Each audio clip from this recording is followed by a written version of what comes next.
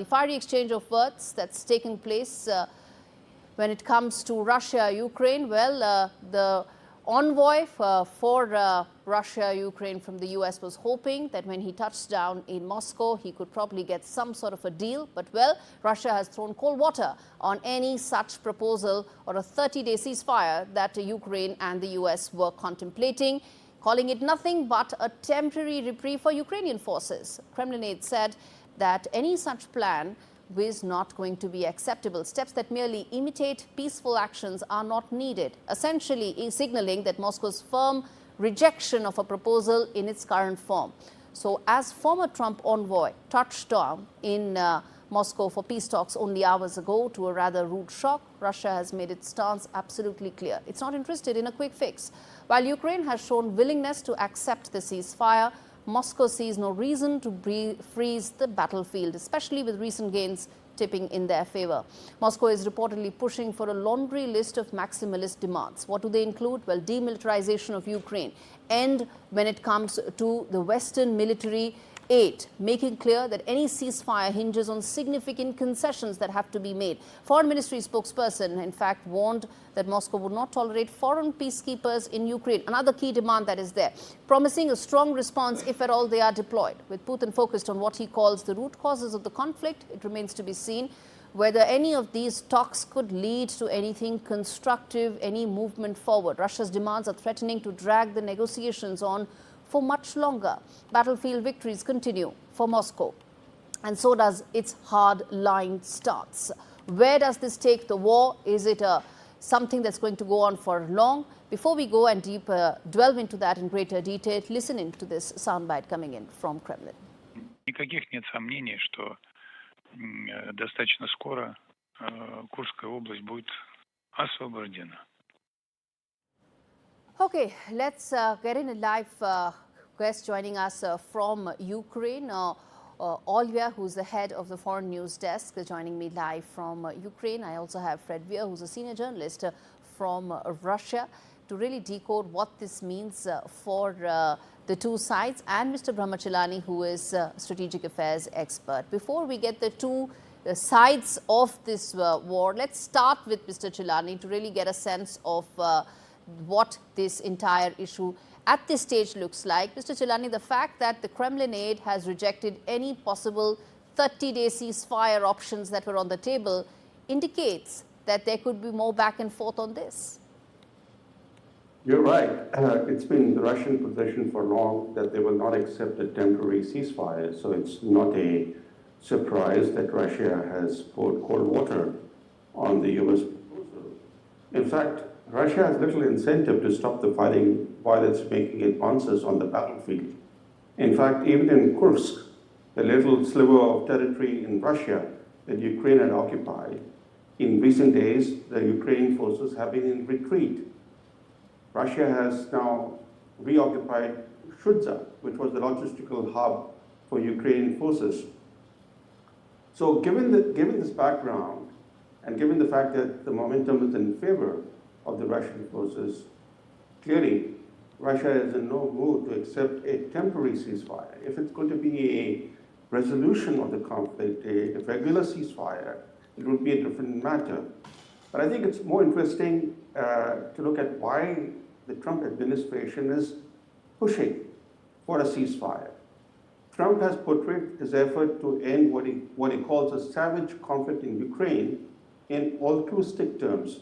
He says for the good of the world. In reality, Trump is seeking to cut America's losses and prioritize the China challenge. This war, far from advancing the US objective to degrade Russia's military power and derail its economy through unprecedented sanctions and military aid to Ukraine, yes, is distracting the US from more pressing challenges and promoting an unholy China-Russia alliance against America. So Trump wants to end this war so that the US can focus on its priority area, which is the Indo-Pacific. Yes. And so it's in America's interest to see an end to this war.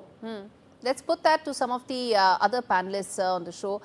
Fred, respond to what Mr. Chellaney just said, and a very valid point, which is that the momentum is in Russia's favor. It wants to extract the maximum possible it can out of these talks, which is why any ceasefire is unlikely to be accepted. Yes, and as he said, it's no surprise.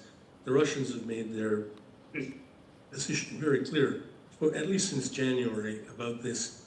And they are gradually winning on the battlefield. It's a horrendous war. It's incredibly costly on both sides. But as you can see, I mean, in today's headlines, the Ukrainian salient in Kursk is collapsing. So the momentum is on the Russian side, and mathematics overwhelmingly favor Russia in a war of attrition. So I'm a little surprised that But isn't the onus of trying to get some sort of a peace deal with Russia now, given that they've made some deals on the table, they've put some frameworks on the table for Mr. Putin to now evaluate? You know, it seems like, and it's too soon to say, we don't know. These talks in the Kremlin are still ongoing, but it seems like they simply came, Stephen Witkoff simply came with a ceasefire proposal. Stop shooting now. And you know, that was going to be a non-starter.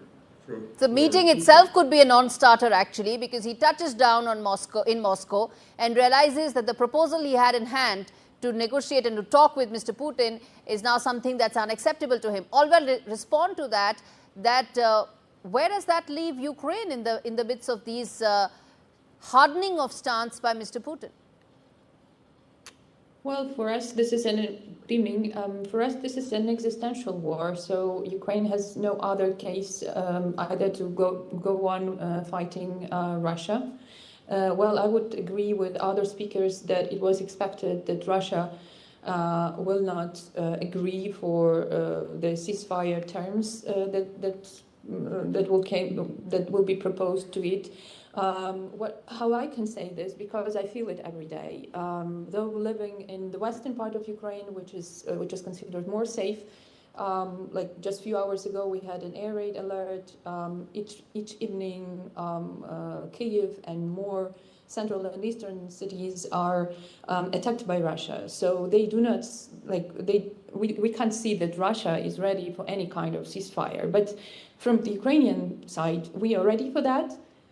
Though this ceasefire, it should be on just terms. And if we talk, at first we talk about temporal ceasefire, if we go on talking about the long-term ceasefire. Olya, just answer. It should be on just, it should be on the just peace, not the peace. You are saying just, unjust, whatever terms you are saying, there is no deal on the table, essentially. Mr. Chellaney, then, you know, we're back to zero, essentially, back to square one, isn't it? Because, you know, whatever proposal that Mr. Steve Witkoff wanted to take to Mr. Putin is already been thrown out of the window. So what next? But look at the irony. The US comes up with a ceasefire proposal just for a 30-day ceasefire, and it seeks to impose it on Russia.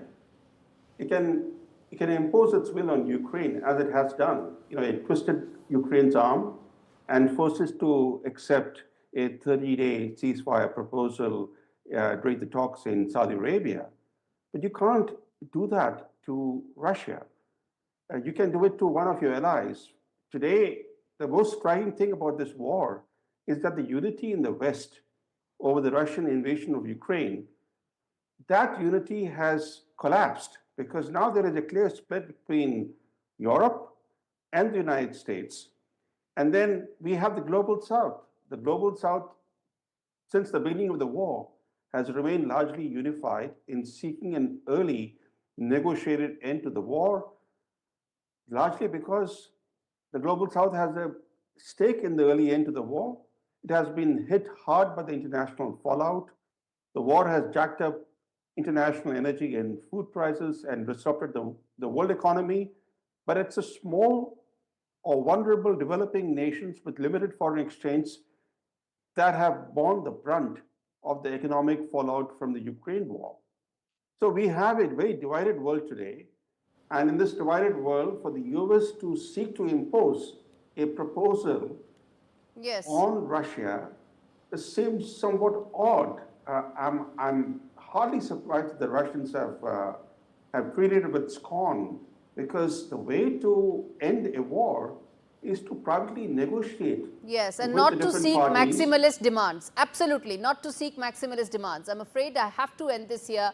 Thank you so much. The pace at which things are changing, I believe we are going to continue these conversations sooner than we realize. Thank you so much, all three of you, for joining me on this edition of India Global.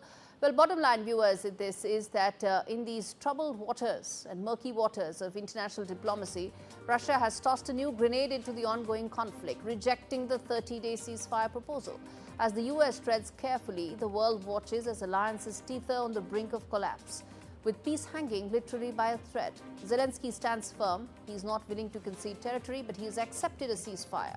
In this high-stakes game, every word is a pawn and every move could tip the scales towards disaster. With no clear end in sight, the question remains, will this war burn itself out, or is the worst, unfortunately, yet to come?